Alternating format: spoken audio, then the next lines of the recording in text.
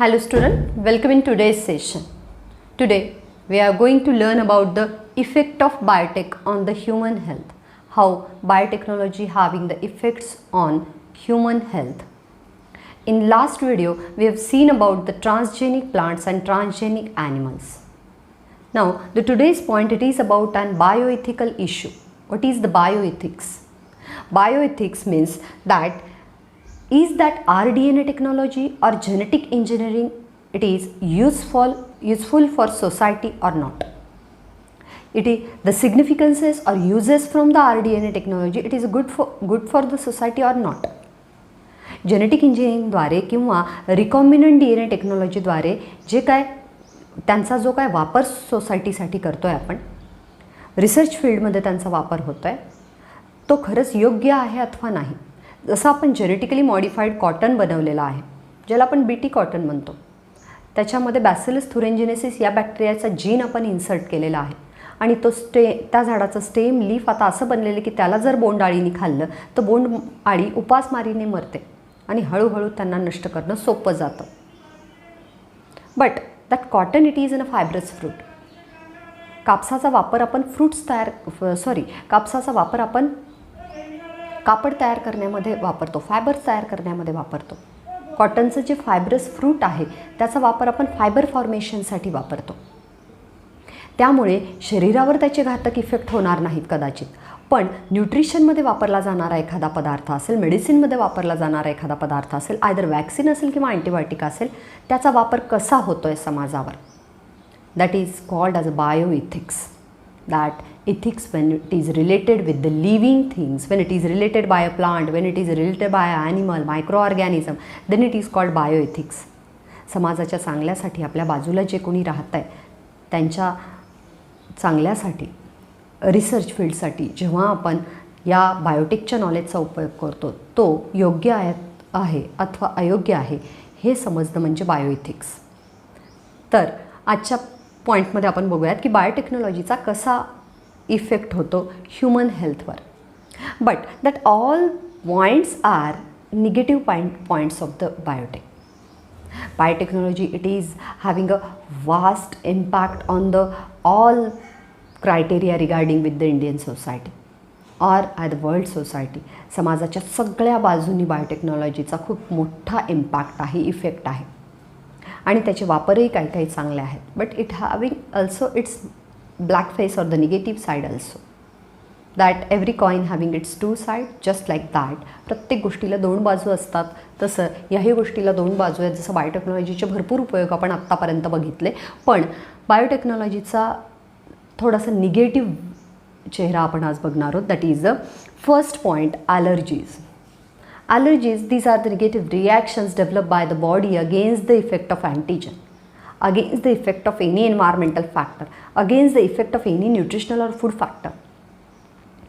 आपल्या बॉडीद्वारे डेव्हलप केले जाणारे काही इफेक्ट जे वेगळं काहीतरी खाण्यानी, एन्व्हायरमेंटच्या वेगळ्या फॅक्टरनी आणि आपण म्हणू अँटीजेनिक इफेक्टनी, शरीरात एखादा मायक्रो ऑर्गॅनिझम त्याचं केमिकल तयार झालं आहे किंवा आपण खाण्यातून काही विचित्र आपल्या गेलं आहे तेव्हा बॉडी काय इफेक्ट दाखवते. It shows the opposing effects, it shows the inflammative reactions just like सूज येणं, रॅशेस येणं, पुरळ येणं, त्वचा लाल होणं, आग होते त्वचेची, उलट्या येणं, चक्कर येणं. These are different reactions which are considered the allergic. And that genetically modified crops they are having negative effect on that society, on the modern research. Consumers may develop allergies from that. आणि ग्राहकांना जे घेणारे लोक आहेत त्यांना genetically modified क्रॉपचा काय होऊ शकतो, तोटा होऊ शकतो, त्यांच्यापासून त्यांना ॲलर्जी डेव्हलप होऊ शकते. उदाहरणार्थ ब्राझीलच्या काही सायंटिस्टनी काय केलेलं आहे, when a gene from a Brazil nut it is one of the just like a pulses, and the gene from a Brazil nut insert in a soybean. सोयाबीनमध्ये ब्राझील नटचा जीन इन्सर्ट केला गेल्यानंतर कशासाठी इन्सर्ट केला गेला, for the formation of methionine amino acid. And that gene it is inserted for the methionine formation. But Along with that, the soybean develops an allergy, and it develops the allergic reaction by the use of that biotechnological technique, by the use of that genetic engineering technique. That means allergies may develop by the significance of biotechnology. Means genetically modified crops, that GM crops, they are having negative effect on the consumers.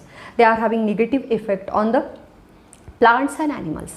They are also having negative effect of on soybean, and if that soybean is consumed by the consumers, then they may also develop the allergies. Means that plant and animals both having the negative effect from that soybean, which is having a recombinant DNA or a foreign DNA from the Brazil nut. Okay? Then second one, that is the long term effect on the health.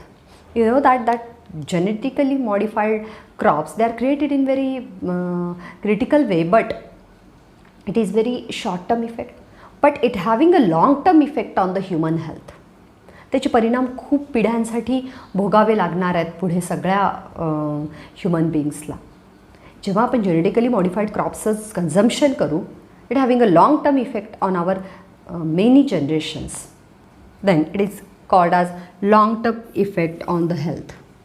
ठीक आहे. Then third point, that is the new proteins.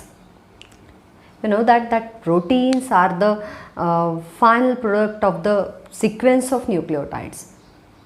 DNA or the nucleotides, they forms the protein by formation of mRNA, that is the transcription, and formation of polypeptide chain from the codes on the mRNA, that is translation. By transcription and translation, DNA forms its protein.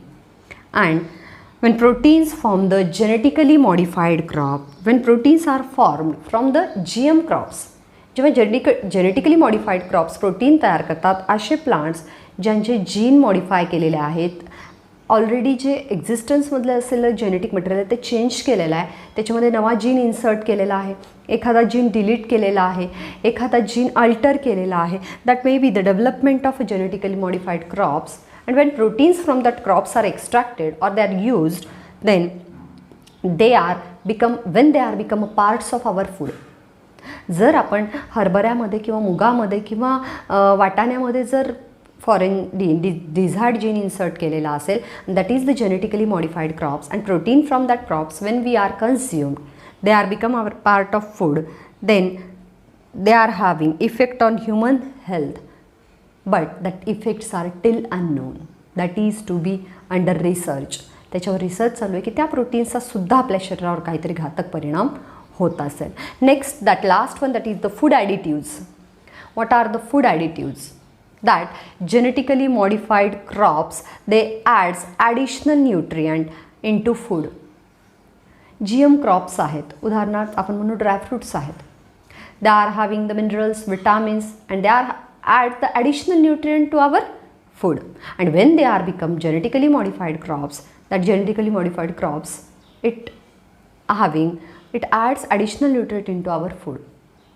म्हणजे रोजचे सगळे compulsory nutrient काय आहेत? Carbohydrate, that proteins, that fats. म्हणजे वरण भात भाजी पोळी हा आपण रोजचा आहार घेतो आहे, त्याला सोडून आपल्या आहारात ॲडिशनल खूप गोष्टी असायला पाहिजेत. हिरव्या पालेभाज्या कंपल्सरी असायला पाहिजेत, फळं असायला पाहिजेत, आपल्या आहारात ड्रायफ्रूट्स असायला पाहिजेत, आपण सगळे कडधान्य खाल्ली पाहिजेत.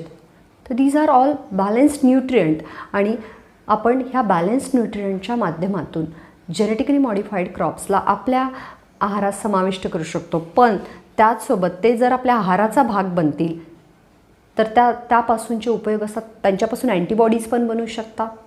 म्हणजे एखादा मेडिसिनल क्रॉप आहे त्याच्यापासून वॅक्सिन पण बनू शकतं.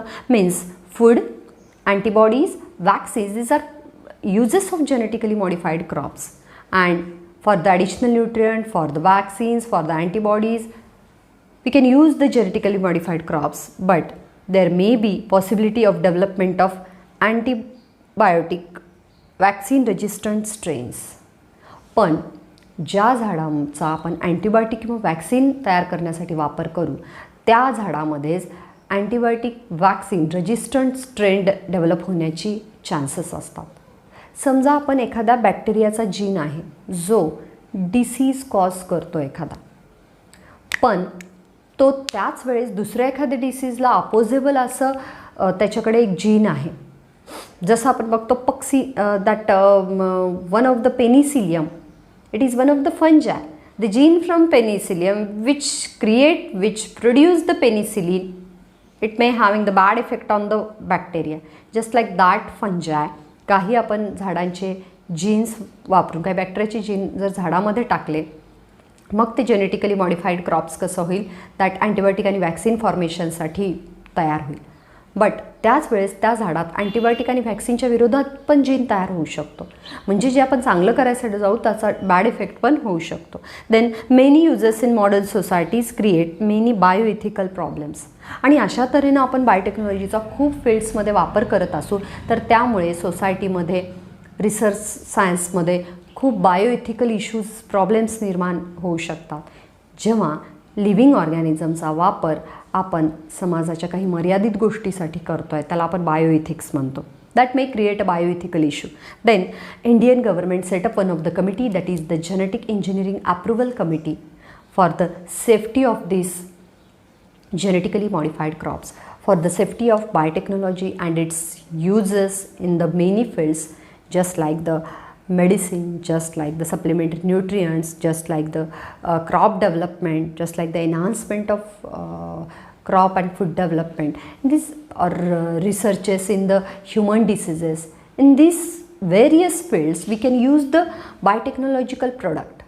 But this committee approves the antibiotic medicines, the food product. Approval from this committee is a grant for that product, and it is for the safety of society, it is for the safety of human beings and other animals.